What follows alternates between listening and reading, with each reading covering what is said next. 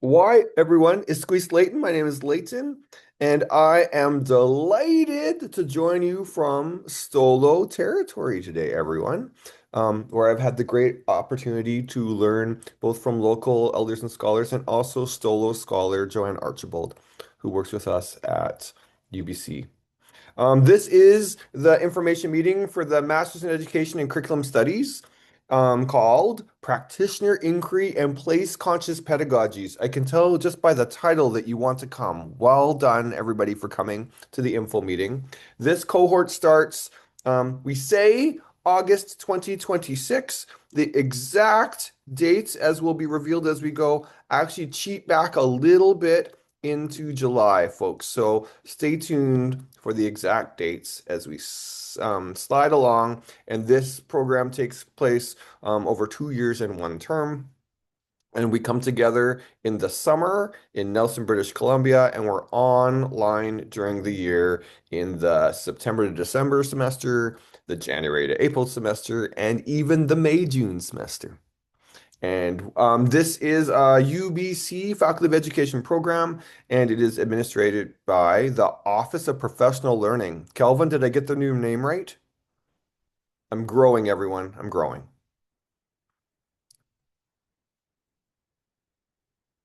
So, as a university, UBC is on Musqueam land, and we are so grateful to be working in this space in partnership with the Musqueam people as uninvited guests.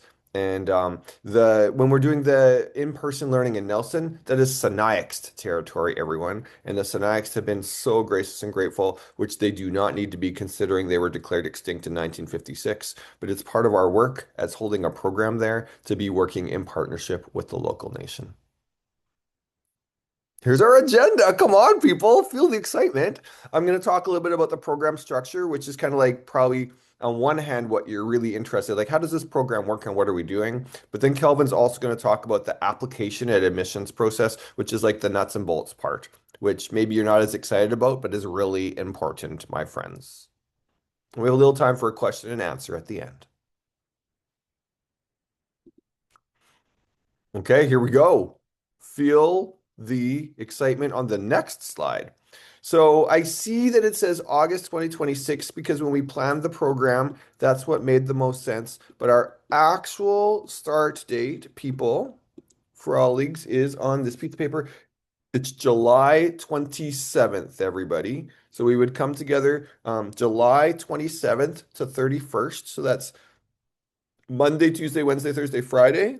Then there's a long weekend, which is what's kind of bumped around the dates. And then we come back together July 4th and 5th. That's the first course. And then the second course takes place August 5th through 7th and 10th through 12th. So you have your weekends off, everybody. And the first course is taught by this really great guy who teaches in WECTEP. It's me. And so we'd spend time together. Engaging in a course called Practitioner Inquiry and Place Conscious Pedagogies. It's taught by Métis PhD student Bonnie Lynn Donovan, and we so enjoy teaching together, getting ourselves. That looks terrific. That Kelvin's checking with me to say, does that look right? The first course is July 2026, Kelvin, and the second course is August 2026. But we will be done, my friends, but on August 12th. So July 27th is the first course starting, and then the second course starts August 5th and ends on August 12th. Great. Look at this live adjusting. Kelvin, you are on it, friend. The second course is taught, and you're with me all day on those days. I believe that we are together 9 to 12 and 1 to 4. In that first course, we really look at what are things that you're interested at, different lenses to land. So Rich and Clara, that might sound familiar because we're really getting into these foundational ideas and figuring out what are you interested in your practice, everybody. That's the practitioner inquiry. It really is helping you find something you're passionate about and thinking about you really want to build in your practice, in your context. The second course is taught by Dr. Lisa Lautzenheiser. And Dr. Lautzenheiser loves this course so much. She calls it Theory Boot Camp. And so in just a few days, she's like, here are different ways to understand and think about curriculum and how we take it up and use it. It's a great course, and Lisa loves teaching it. And then the third course is taught by Indigenous scholar Dr. Joaquin Munoz, who is just so engaging, makes me look really shy. And so Joaquin will be, now that's in that course, you're online for 5 Saturdays. And what's fun about that course is you also get sent off to learn about your local context and the indigenous peoples and the land of your place. So it's got a really nice, that's the field experience part, is like you're out there learning and figure some things out, which will help you deepen your practice as an educator. Are you ready for January 2027? Anybody ready? Jen, are you ready? Rich, you ready? Good answer, because here it comes. So then the next course starts in January 2027, and it's called Theorizing Pedagogy, and that's taught by Dr. Donna Kozak, who is just a magnificent scholar, who is about the kindest and gentlest human you've ever met, but also very clear in terms of like, let's think about this. And what I love about that course is you're going to develop the first part of your proposal right there, which is called your theoretical framework. Like, where do I fit in curriculum? Where do I fit in teaching? What's important to me? And you're actually figuring out like the approaches that you believe in, what's underneath them, and maybe even some things that you thought you believed, you'll go, oh, maybe not so much anymore. And so it's fun that that's the first course where you start to develop your proposal. In the May 2027 course, I'm not sure who will teach that course. It could be me. I don't know. I'll be on sabbatical in Germany that time, so I don't know if the time difference will work, but somebody great will teach it. And in that course, that's where you actually start to say, here's the question I want to investigate in my practice, and start to make a plan for how you're going to investigate it. And then going into July, what's so great is I'm not sure who the prof will be this time, but last time it was Dr. Mejbeen Datu. Oh, I do know that the May 2027 course will be taught by Dr. Harper Keenan. You are welcome, everybody. Wow, I really feel quite humble when I think about who's teaching in the program. Then and I believe it's one evening a week. I think it's Tuesday nights maybe in May 2027 for research methodology. So you'd have like 8 classes, friends. Then in late July 2027, that last week again, we have the review of research and curriculum and pedagogy. And in that course, you're adding to your proposal by reading what research is actually out there, what's already been done, so that you can say, here's what I believe in, here's what I want to do, and here's what's already been done. And so that's really supported. And Dr. Mejbeen Datu taught that course last time, and so I hope she'll be back with us again. And that you're only there for 2 weeks in the second summer, everybody. Does that make sense? So summer one, you're basically there for, I guess, 2.5 weeks. Yeah. Versus second summer, you're there for 2 weeks. Full days again, just during weekdays. And then we come back to September 2027. Can you believe it's already September 2027? Where did the time go? And in that course, that's curriculum change planning. And oh, I should have mentioned after July 2027, you send me as your supervisor your proposal for feedback and approval. Does that make sense, friends? And so, really, we've helped you make your proposal in the first part of the program. And then, while you're getting approved by ethics, you're taking a course called Curriculum Change, Planning, and Implementation. And I know previously that was taught by Dr. Terry Taylor. We'll see who's teaching it this time. That's a long way away to know exactly who's doing it. I love this course. I've taught it before. It's like, what is going on in the system and what can we do about it? Like, what the what? So we do look at like colonizing perspectives. We look at, indigenous perspectives. We look at like how can change happen and what does that look like? And also what are educators' roles in making change and what can we do as teacher researchers and teacher leaders? That one is 6 Saturdays on during that term, so about roughly every second Saturday. And I'm being nudged down to the next one. Thank you, Calvin, for that good prompt there. So January 2028 is your living inquiry in learning communities. And so I guess what I want you to know is by the time we get to January 2028, you are carrying out your inquiry in your context. Does that make sense, everybody? So you are implementing your inquiry, whatever that thing is that you planned that you want to try. And so living inquiry and learning communities helps you then say, what am I doing? What am I noticing? What's going on? We really help you collect and analyze your data through that course. I teach it, so it'll be really fun. A lot of bad dad jokes. I just realized we're taping this, so maybe I shouldn't have said that, but it's really fun. And I think Donna Kozak and I taught that last time. And then in May 2028, it's called Education Action Research. And even though it says elective in brackets, I really recommend you take it because that's where we help you write up your project. And so we really help you think about how do you communicate what you're learning. And then at the end of July 2028 is the graduating paper where we come together for a week and you share with each other what you learned. You present what you learned to each other. And if you're like Leyton, that's my first name. If you're like Leyton, what does July look like? The first week or two of July, you are finishing up your paper to send it in. And then you have about a week off. And then you come to the last week together in Nelson where we share with each other what we've learned. You make a presentation. And that, my friends, I realize that was a bit fast, but that is the shape of the program. We really support you really closely to develop your own proposal. And we really want, hi, Aislinn, welcome. And we really want you to be able to do something meaningful for you, not a hoop to jump through, and to develop something in your practice that you're passionate about. Um, You may have noticed in that previous list that there were two places that said electives. We have plunked into the program two electives that make sense, but you can sub those out for other courses, including these. You're then responsible to find that course and to take it. But just know that there is some flexibility. In the second summer, you could switch that out and take a course somewhere else.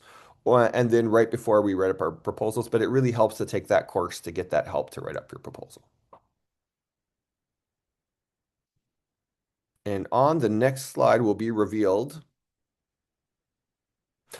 Kelvin's part. So there you go, everybody. That gives you a sense of the flow of the courses in the program. In the summer, we're meeting during the day on the weekdays. And during the year, we're typically meeting on Saturday mornings, 5 or 6 Saturdays in a term.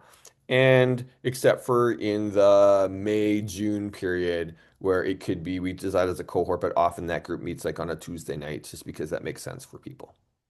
All right, I hope you enjoyed my entertaining overview. That was a little like saying I'm entertaining to you, but get used to it, friends. And now I'm passing the torch over to Kelvin to talk about the practical parts. And there is time for a Q&A at the end. Plus, if you have a question you want to ask in the chat box, you're welcome to do that as we move along too. Over to you, Kelvin. Okay. So going to the application requirements, all students must meet the admission and application requirements for both the Faculty of Graduate Studies and the program. And that includes, firstly, a 4-year undergrad degree with an average in the B plus range. That is roughly 76% at UBC for all senior level courses. And when we mean senior level courses, we are referring to third and or fourth year level courses. I say and or because if you are from the UK, your bachelor's might only be a 3-year degree. But please note that this is not a hard cutoff point.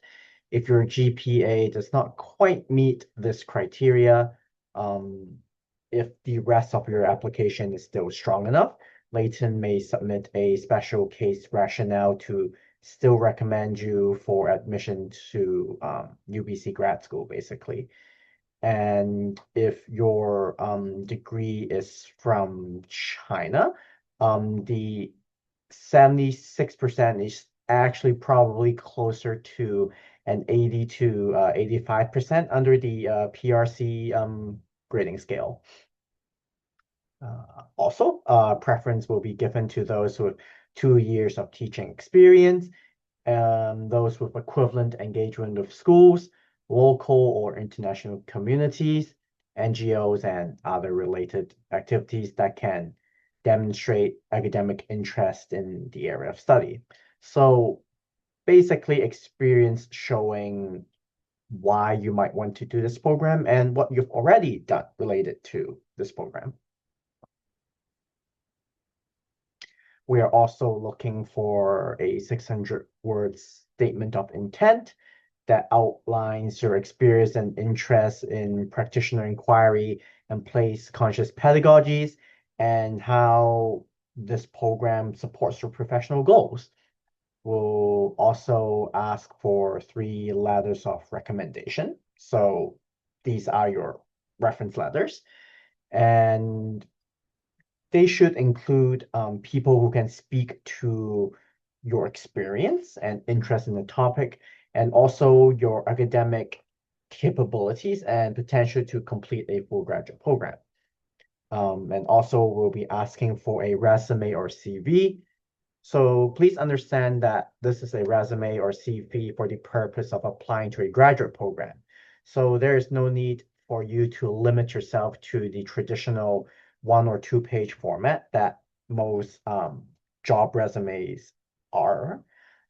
You can be as detailed or as concise as you want to be to showcase the full extent of your educational and professional experience, basically. So yeah, as mentioned in the previous slide, if you don't quite meet the GPA, but the rest of the application is still strong, you might still be considered for admission. And your statement of intent, your reference letters, and your CV is where you'd be able to make your case as to why you're a good fit for the program. And of course, lastly, you'll be asked to provide scanned copies for all official transcripts from all post-secondary institutes that you've attended. And if your degree is obtained outside of Canada, we'll ask for the degree certificate as well. And when we say all official transcripts, we do mean all. So if you spend 1 term at another university for an exchange program, yes, we will require that university's transcript as well. If you have transfer credits, let's say you went to Langara and then you went to UBC, you finished your degree at UBC, but your prior transfer credits from Langara College or another institute, then we will require the official transcript from the transfer credit institute as well, basically. And if you are an applicant from a university outside of Canada where English is not the primary language of instruction, then you will be asked to provide an English language test score, basically. The test must have been taken within the last 24 months at the time of submission of your application. So basically, this is a long-winded way of saying you must have up-to-date test scores for English tests if that's required of you when you press submit. It is not something where we accept you into the program first and then we allow you to retroactively meet the English language requirement. And when we say primary language of instruction, we mean the main language of instruction for the university is English and not just the specific program that you know you did. So regarding the application procedure, everything is done online. There is no in-person component when applying. You apply at grad.ubc.ca/apply/online. And when you click apply online, you'll be prompted to either log in with your CWL or create one if you have never attended UBC. And the CWL stands for campus-wide login. It's basically your online login for anything UBC online related. So your student profile, when you're trying to access your online courses, or in the case of the UBC library, your login to access all the online resources.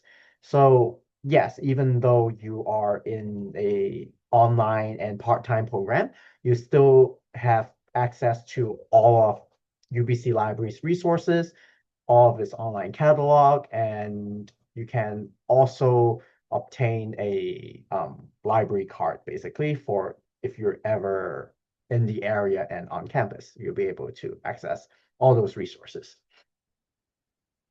So yeah, once you've logged in, under degree program selection, it's very important that you type professional cohort when searching for this program. Professional cohort will usually filter out all the in-person programs that you do not want to accidentally apply for. So yeah, the program name is Curriculum Studies Professional Cohort M Ed, with the program code KTY7. So it's not uncommon for applicants to accidentally apply to the wrong program. And unfortunately, due to system limitations, if you do accidentally apply for the wrong program, you cannot actually easily switch your application around, and you'll be asked to basically resubmit your application from scratch. So yeah, once you have entered all necessary information, you click declare and submit. And you'll also be asked to upload all the relevant documents that we have mentioned earlier. And a side note, if you're once you have been admitted into the program, you have to provide official sealed transcripts directly to UBC. So once you've been admitted, just the scans isn't enough. If your university issues paper transcripts, the official sealed envelope must be either mailed to or dropped off at UBC directly, or if the official transcripts are electronic, it has to be sent directly from your university to UBC. And if you are a UBC student and you have not attended any other post-secondary institution, we have everything on file already. A little about references. So when adding your references to your application, you will be asked whether they are professional or academic references. The academic reference are people who know you in an academic capacity. So think former professors, instructors, and all that. And professional references would be people who have supervised your work in a work setting. So usually principal, vice principals, or maybe a non-educational supervisor. But we do understand that it might not be possible for everyone to obtain academic references. Maybe it's been a while since you've been in school and your former instructors and professors are simply not reachable anymore. In those cases, we do understand. And in those cases, if you only submit professional references, that is okay as well. We strongly encourage you to submit electronic reference letters. And it's very simple. In the application, you simply type in the email address of your reference. If they use free web-based email addresses, so for example, like at Gmail, at Hotmail, or at yahoo.com, instead of being linked to an online form, they will be linked to a paper form that they can print out, fill in, and then physically mail to UBC. But for everyone else, let's say they are using a regular quote unquote professional email address. So something like at ubc.ca, at whatever organization.com, at whatever school district.ca, something like that. If they use one of those regular email addresses, they will automatically receive an email with a link and instructions for completing the electronic form, basically. And yes, a reference letter can take the place of the form as long as it addresses all the questions that's asked on the form. And if your reference wants to go above and beyond, they want to both fill in the form and provide a letter at the same time, that is okay.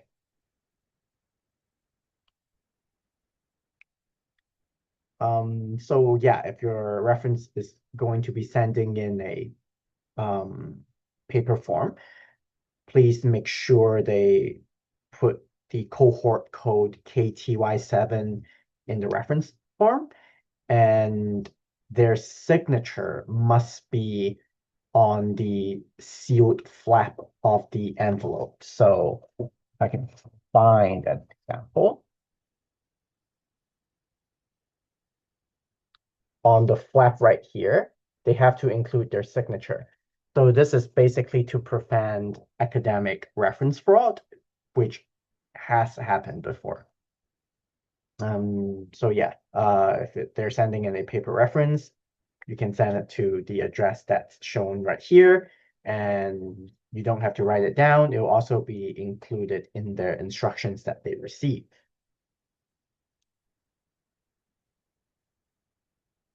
So regarding the application deadline, the application is open right now. You can apply as early as right after this info session.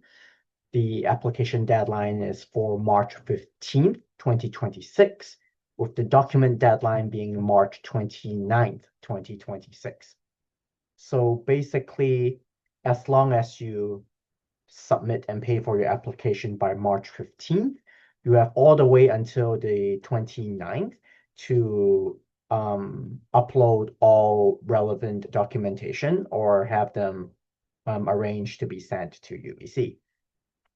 There is a slight difference in the application fees between domestic and international students.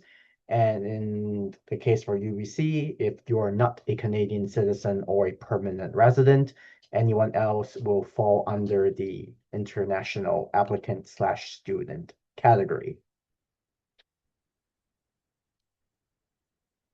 Moving on to everyone's favorite part, which is program tuition. So there is a difference between domestic and international tuition fees as listed on this slide right here. Graduate tuition is assessed as a annual program fee divided into 3 equal installments due at the beginning of each academic term. So at the start of each term, which is September, January, and May, is when you'll be paying your tuition. The total tuition is payable over a minimum of 7 installments, and that is because it is one for each term that you are in the program. We say minimum 7 installments because sometimes there are students who take additional terms to complete their program. Maybe they just need more time with their graduation paper or, personal circumstances. And in those cases, if let's say you step into like an 8th, 9th, or a 10th term area, each additional term will require tuition payment, but it is a lot less. It's only roughly $800 to $900 per additional term above the 7 that's listed right here. Tuition is charged as a whole program fee and not on a per credit basis. So basically what this means is if you end up taking more or less courses, you'll still be paying the exact same total tuition overall. So let's say if you have transfer credits and you end up taking less core courses for the program, maybe you only take 8 or 9 courses at the end. You'll still be paying the exact tuition amount. On the flip side, maybe you just want to take additional electives for your personal interest or your personal professional development. Maybe after taking the 10 courses in the program, you take 5 extra courses just for your personal interest. You still be paying the same exact amount. So we encourage you to take advantage of this privilege as a UBC graduate student, basically. Take as many courses as you want. You have to still maintain your GPA, of course, but yeah. Tuition may be raised by up to 2% annually, and if there is an increase, It will be announced in spring of each year, usually around March. And regarding funding eligibility, since this program is part-time, it is not eligible for student loans or other types of funding. Basically, the program structure is designed so that people working full-time are able to do the program on the side part-time. Um, However, if you're able to secure your own third-party funding, maybe your school district has a program that sponsors teachers getting a graduate or a master's degree, and they don't care whether the program is part-time or online, then yes, you'll be able to secure funding from them. Or maybe that is the same for your local education board or your local province or city. If they have funding plans that doesn't care about whether a university program is online or part-time, then yes, in those cases, you will be able to secure your own funding. But for UBC and the BC government, traditionally, this program unfortunately doesn't qualify for traditional student loans. Um, Next slide. So on top of tuition, there are additional quote unquote student fees, but these are approximately $800 to $900 per term. Most of them you can opt out of. So examples like if you have your own medical and dental plan or your own coverage, then you'll be able to opt out of the medical and dental plan. If you live outside of the Greater Vancouver area, you can opt out of the local transit pass fee. And there are other small fees related to various on-campus school services that you can choose to opt out of yourself. And that can bring your student fees per term dramatically lower. You can lower it as low as only, I believe, like $200, $300. Um, so as a side note, since this program does have an in-person component in the Kootenays area, you should budget for travel, basically. And we do offer some support in finding short-term accommodation through the um, WKTEP office. But this is, information that Leyton can provide to you once you have been admitted into the program. Or if you have additional questions right now regarding accommodation at Kootenays that you might have, you can also email Leyton directly. So yeah, all fees that I have mentioned just now are subject to change annually, and only information on the UBC calendar is considered official. Following tuition. This applies to teachers in the Vancouver Lower Mainland. So if you have taken UBC students in your classroom as student teachers in the past, you might be eligible for a tuition credit, basically. I believe you can redeem 0.5 credits worth of tuition. But basically, if this applies to you, you can contact the UBC Teacher Education Office to claim it. I will type the email address in chat right now.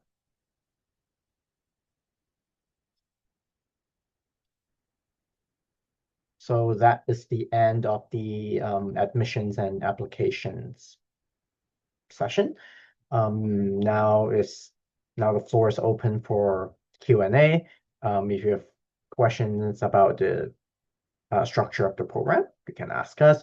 Or if you have further questions about applications and admissions related stuff, you may ask that as well. So yeah, the floor is open. And if you don't want to speak over mic, you can type it in chat as well.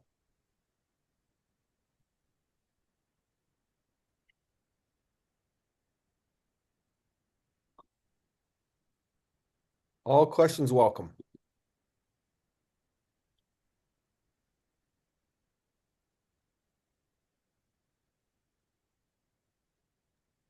So I do have Oh, a question here that was submitted previously when individuals RSVP'd for the info session. I'm going to copy and paste it in the chat so Leighton can address it as well.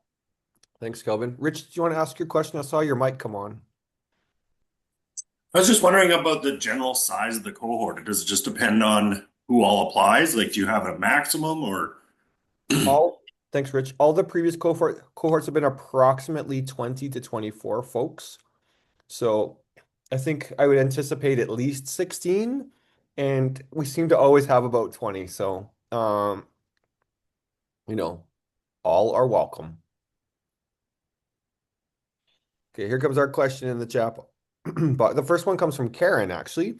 For those of us with recent practicum experience, would a school advisor be an appropriate reference, or is a faculty advisor preferred? Either, Karen. It could be a school advisor, a faculty advisor. It could even be the academic head of your West Kootenai teacher education program. That was for Rich and Clara and Aislinn. So absolutely, yeah, a mentor teacher is great. Also, Karen, if you have an administrator that you worked with, either in your practicum school or in your school now, that makes a really great reference because often they can be like, "This is a passionate teacher. This person's really interested in inquiry." But I would really encourage everyone to mention to your referees that you're applying, and also tell them the name of the program so they know what to highlight, that you are interested in inquiring, that you like to develop your practice, that you're a passionate learner.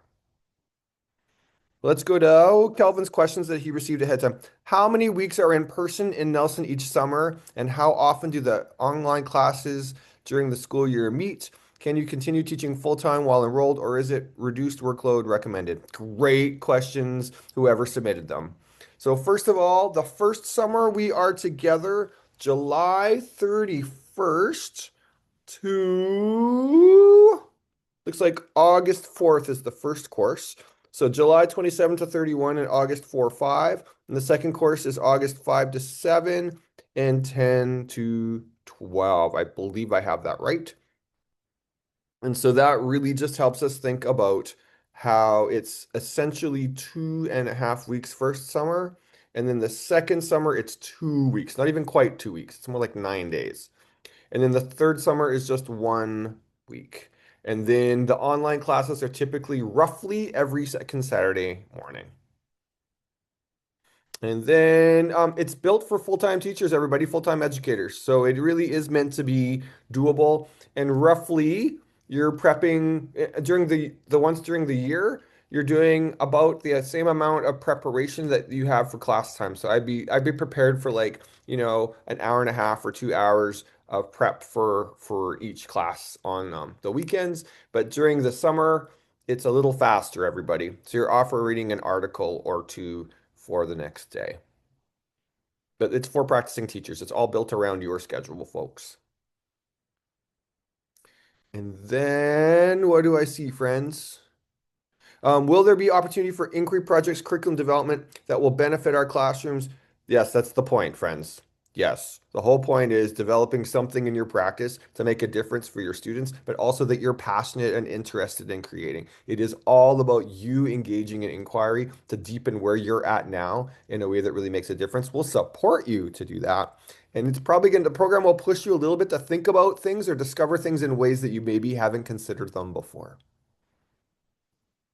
Students do not need to live in the Kootenays, Jenna. We are an inclusive, welcoming program. The Kootenays are also fantastic, just saying. So folks really love coming to Nelson for the summer parts. Is there anywhere you can hear student testimony? I did not bring a student with me today.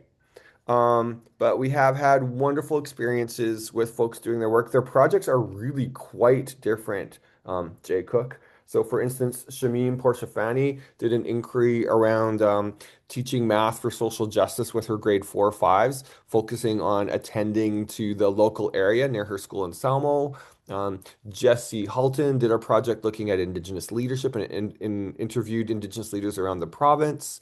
I know that Carrie Jackson, her inquiry was in middle years, and she looked at project-based learning as engaging for her very diverse middle years class. Or I look at Sarah's inquiry, and Sarah's kindergarten teacher is a kindergarten teacher, and she looked at taking up play-based learning in her local environment. So like a full range of folks doing things from interview-based inquiries to classroom application inquiries to working with your local nation inquiries. And then Jenna asks, how well should our research plan ideas be in your application? They do not need to be developed yet, Jenna. That's what we do in the program. But you can say, here's some things I'm interested in, but you don't have to make a commitment because we spend the whole first year trying to figure out what might you want to inquire into. So no pressure, but you could say in your application, here are a couple things I think I'm interested in now and why.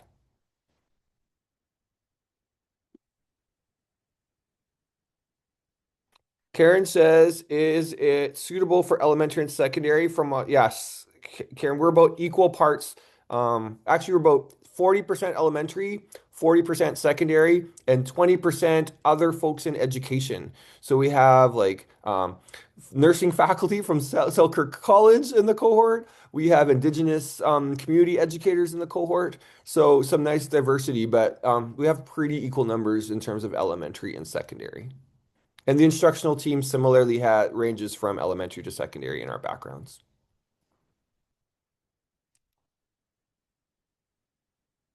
I like the floating thumbs up. That was fun. I love a good icon. If you don't know me, folks, I love a good icon. Maybe I should say I am with you for the entire cohort. So there is a lot of like dad jokes. But I think more important is just knowing that you will be supported and cared for in this cohort, and we really do spend time welcoming all perspectives. And we also build that expectation together, which is like we don't have to all agree with each other. The point is to grow our practice and ourselves and come to understand diverse perspectives as much as possible. But we really do take up like a social justice inquiry oriented, which is like, how can I make change in my place or what's meaningful for my students? And that means you have to respect diversity. Jay Cook says, hey, Leyton. Actually, there's no hey, Leyton. She just says, how much guidance is there around the research? I asked because my undergrad was not heavily first-person research based, so I don't have much experience. Jay Cook, it could not be more scaffolded. The whole program is like, in this course, we'll figure out this part. And in this course, we'll figure out this part. So it's about as scaffolded as possible. We are more scaffolded than the other cohorts because each course starting with January 2027, really is picking off a part of the project to come out. So you're meeting with each prof, talking about it, thinking it through, and then I'm also coaching you along the way too. Hello, my name is Sue, and I can't figure out how to do the chats because I'm a little older, maybe. No But problem, Sue.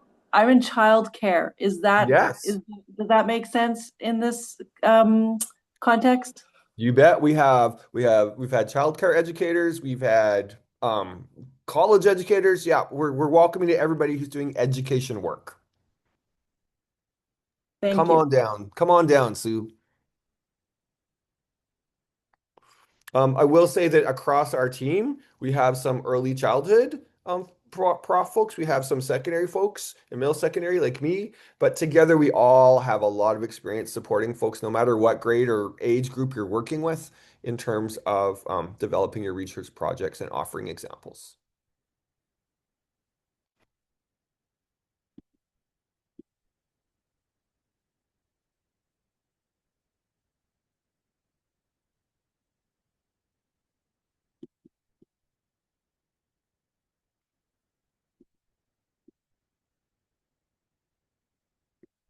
Any other wonderings, clarifying points, suggestions?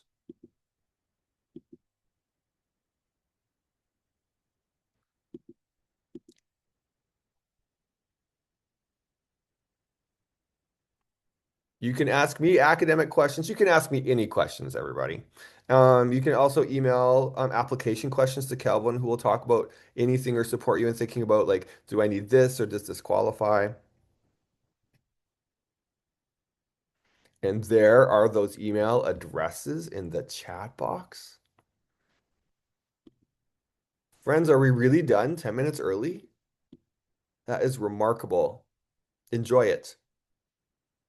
It was so wonderful to have all you folks come today. I so look forward to the opportunity to work with you, and my heart is full seeing Rich and Clara and Aislinn today because I got to work with you in WECTAP.